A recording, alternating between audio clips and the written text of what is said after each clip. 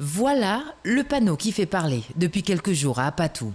Attendu depuis de nombreuses années, les Apatousiens n'y croyaient plus. Pour moi, c'est une bonne chose parce qu'à chaque fois de descendre sur Saint-Laurent et à chaque fois, je suis obligé d'anticiper. Compliqué donc pour les particuliers, mais encore plus pour les professionnels.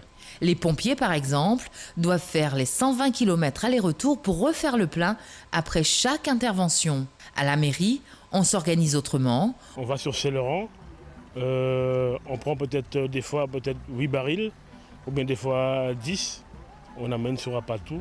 Mais le fleuve reste la porte d'entrée pour rejoindre les autres communes du fleuve. Les piroguiers d'Apatou gagneraient 5 heures en faisant le plein à Apatou, au lieu de naviguer jusqu'à Saint-Laurent-du-Maroni. On estime que plus de 100 000 litres de carburant circuleraient chaque année sur ce fleuve pour alimenter les villages et les communes pour transporter plus de 8 tonnes de fret.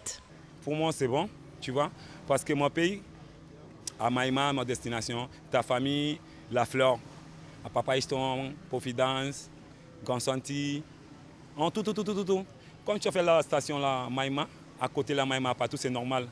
Un désenclavement énergétique qui verra le jour avant la fin de l'année, mais en 2 phases. Les partenaires de cette opération visitaient cette semaine les sites d'implantation. Nous sommes en train de regarder avec la commune l'acquisition de ce terrain là où nous sommes.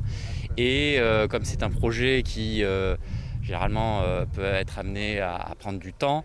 Le but étant de pouvoir proposer une offre en carburant assez rapidement auprès de la population d'Apatou.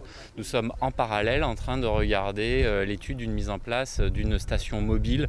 Un projet de plus de 1 million d'euros ici, sur un terrain de 3000 m², situé au carrefour de Maïman, à 1 km du bourg d'Apatou. Cette zone, jusque-là déserte, devrait être la prochaine zone aménagée de la commune. Il y aura aussi des commerces qui vont s'installer, aussi des logements sociaux. Donc cette partie de la zone de la commune va être une zone de vie. Les travaux devraient durer près de 24 mois. Alors en attendant, une station mobile devrait voir le jour sur un autre site en plein cœur d'Apatou. Nous allons lancer toutes les études pour pouvoir mettre en place le plus rapidement possible cette station conteneurisée. Et si tout se passe bien, on vise une mise en service avant la fin de l'année.